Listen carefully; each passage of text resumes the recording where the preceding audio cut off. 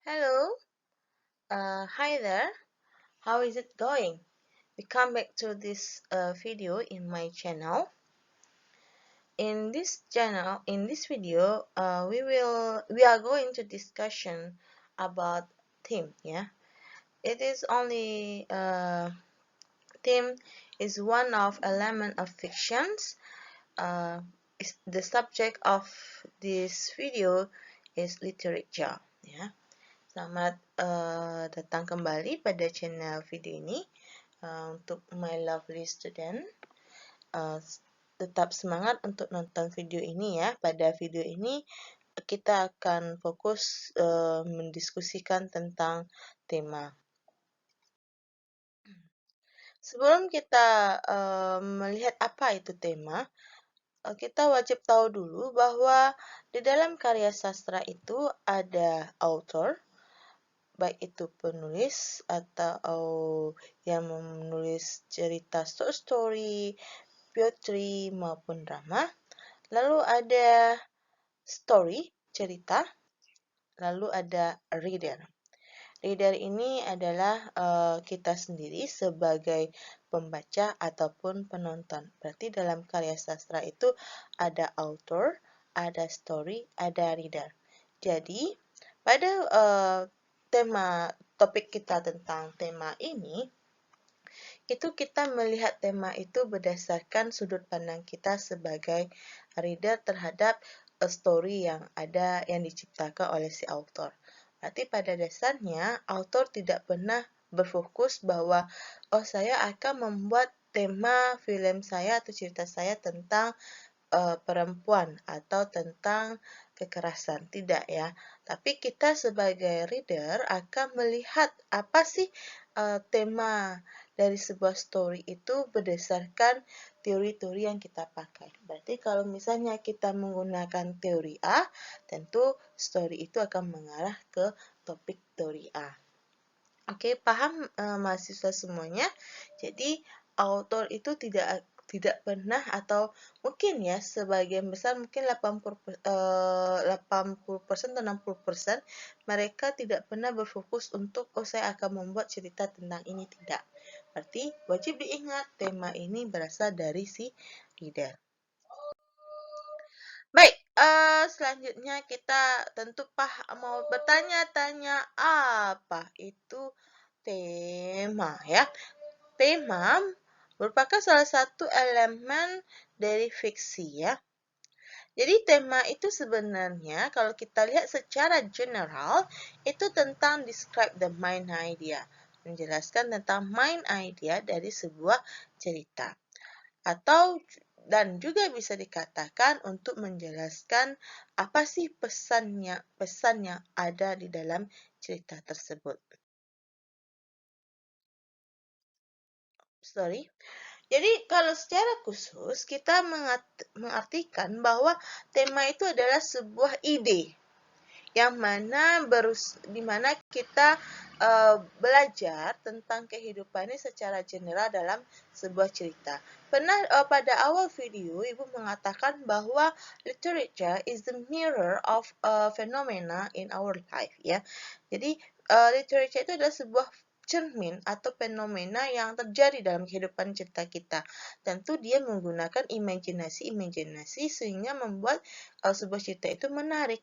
Jadi sebenarnya karya sastra itu adalah sebuah pelajaran dalam hidup kita, ya. Jadi bisa dikatakan bahwa tema itu kita belajar tentang kehidupan, moral, atau juga pesan yang mau disampaikan tentang dunia ini ya. Jadi kalau misalnya kita menyampaikan secara langsung, itu mungkin kita akan dikenakan undang-undang pencemaran nama baik atau segala macamnya. Tapi dengan karya sastra itu tidak bisa dikatakan ini sebenarnya cerita ini hanya untuk untuk membuat sebuah adu domba itu ya. Itu terlihat dari mana sudut pandang kita masing-masing ya. Jadi sebenarnya kalau dilihat untuk si author sendiri dia membuat cerita ini hanya sebagai hiburan aja, tapi kita sebagai pembaca ya melihat apa sih makna tersiratnya dari sebuah karya sastra. Jadi bisa kita artikan bahwa theme itu is what the story teach the reader. Bagaimana dia mengajarkan secara tidak langsung mengajarkan kepada kita tentang kehidupan ini. Oke, ada yang wajib diingat, tema itu bukanlah sebuah kata ya. Jadi bisa dikatakan tema dari cerita ini adalah tentang friendship, persahabatan ya. Tapi tema itu merupakan sebuah kalimat dan biasanya tidak merupakan sebuah pertanyaan. Jadi contohnya di sini adalah andai kata ada sebuah karya sastra lalu mahasiswa membuat temanya appearance. Jangan pernah lakukan itu, tapi coba jelaskan berdasarkan kata-kata, berdasarkan kalimat, sorry, bukan kata-kata. Karena kata-kata itu bukanlah salah satu kayak kita apa ya dalam reading komprehensif bukan topik ya, tapi ini adalah tema. Berarti harus wajib dalam bentuk kalimat. Jadi kalau tadi tidak boleh menggunakan menyimpulkan atau membuat tema itu adalah appearance dengan satu kata aja, tapi buat dalam kalimat. Jadi lakukan don't judge people based on their appearance. Jangan pernah menjudge seseorang berdasarkan penampilan. Atau dalam bahasa yang familiar dalam kehidupan kita, don't judge the book from the cover ya. Baik, kita lanjut. Berarti ini yang kedua. Apa ya tema itu seharusnya tema itu bukanlah yang ini ya. Jadi tema is not something you have to agree with and it is not something you need to know the answer to. Jadi kita misalnya ada sebuah karya sastra kita bilang temanya seperti ini. Saya tidak setuju dengan tema yang ada di dalam karya sastra ini. Contohnya, according to the story, I disagree about the money can buy happiness. Uang dapat membeli kebahagiaan. Kita tidak setuju atau setuju atau tidak setuju terhadap apa sih tema itu. Tapi kita hanya memaparkan bahwa tema ini seperti ini. Ingat, dalam bentuk kalimat, bukan dalam bentuk kata ya. Atau, is it better to live in a slavery or die from freedom? Apakah kamu mau lebih ingin hidup sebagai budak atau mati sebagai kebebasan gitu ya? Tidak ada, tapi kita lihat bahwa dalam cerita ini terdapat bahwa bagaimana perjuangan seorang budak untuk mendapatkan kebebasannya. Karena kita tahu bahwa perbudakan ini bukanlah hal yang menyenangkan ya. Ini bagi seorang budak itu adalah merupakan tersiksa dunia lahir batin ya. Baik, tentu kita harus mengetahui di mana sih kita bisa menemukan tema ini ya. Tema is something that the reader has to discover from reading the story or the book. Jadi, something that the reader has to discover from reading the story or the book. Ya. Dan juga, jadi pekerjaan untuk mencari di mana tema ini, itu tentu adalah pekerjaan bagi si reader, pembaca, bukan si author ya. Untuk mengcoverkan dari semua elemen-elemen yang ada, elemen fiksi yang ada, dia menyimpulkannya. Jadi sebagai reader, kita wajib memahami tentang clue-nya ya. Nanti kita bahas tentang clue yang keduanya. Jadi kita melihat sebuah apanya itu, bagaimana mengidentifikasi sebuah tema itu. Yang pertama adalah tema itu bukanlah yang nampak tertulis oleh si author ya, bukan yang tertulis di author. Bahasanya di dalam cerita ini author menulis freedom is everything, bukan yang tertulis, tapi sebenarnya adalah tema itu adalah implisit, tersirat ya. Itu yang kita cari ya berdasarkan berdasarkan infer. Jadi mahasiswa semuanya wajib mengingat bahwa sebuah meaning itu, tema itu bukanlah yang nampak, tapi yang tersirat berdasarkan kesimpulan yang kita ambil dari semua elemen-elemen yang ada. Dan wajib ingat tema ini juga berdasarkan teori, bagusnya ya, karena berdasarkan teori-teori yang ada dalam kritik karya sastra ini, kita bisa membuat tema itu lebih bagus lagi. Dan juga sebenarnya tema itu lebih besar daripada sebuah cerita, karena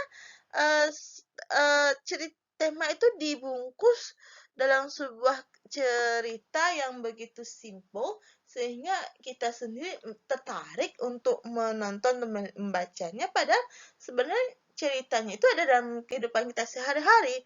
Berarti sebenarnya tema itu adalah applies to real world, dan mencerminkan tentang kehidupan nyata kita gitu. Yang kedua, bagaimana caranya mengidentifikasi tema itu berdasarkan clue, ya.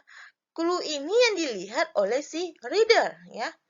Jadi kadang apakah si author juga membuat clue-clue supaya nampak oleh si reader?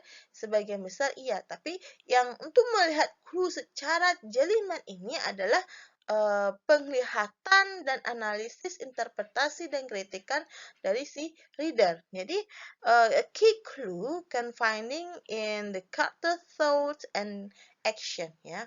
Kemarin kita bisa melihatnya dari, jangan lupa bagaimana cara menganalisa characterization dari sebuah karakter. Jadi, dan juga the karakter itu juga akan mencerminkan sebuah bagaimana tema itu juga berdasarkan what he say, think and do, ya. Jadi itu penting banget ya untuk melihat apakah benar-benar setiap karakter itu berjuang atau malah menerima nasibnya sendiri. Jadi ingat, ini clue ini itu terlihat dari ketajaman mata seorang pembaca, ya. Oke, di sini ada sebuah example, silahkan dibaca dulu. Ini sangat-sangat simple sekali ya. Short story ya, ini hanya dalam bentuk satu paragraf ya.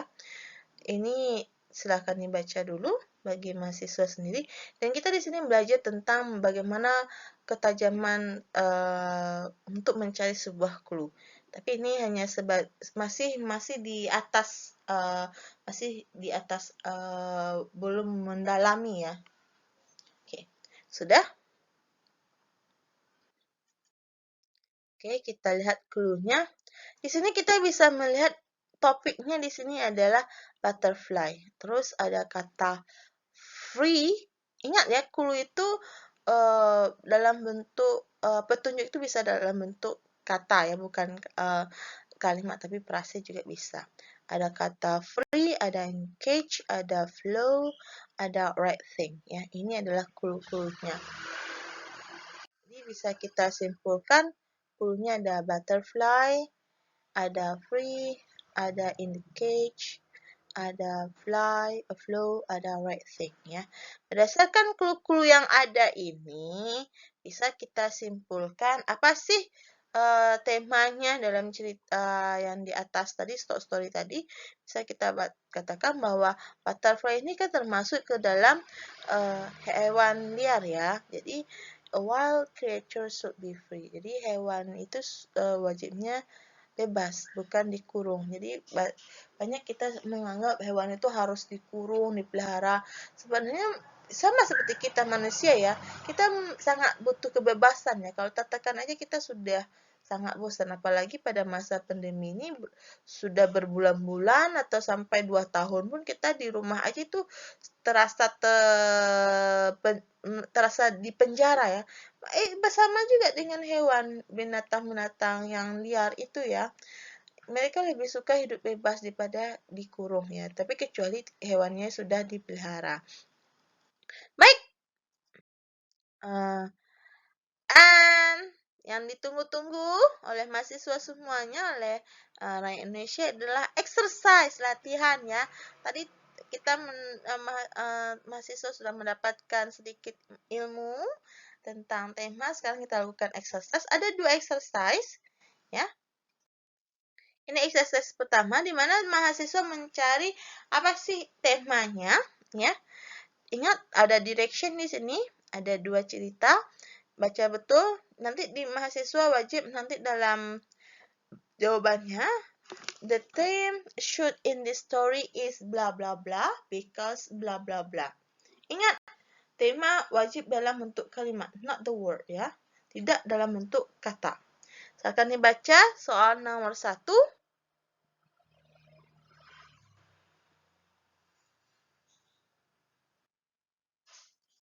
Dan soal nomor 2. Oke, sekian dulu untuk video ini.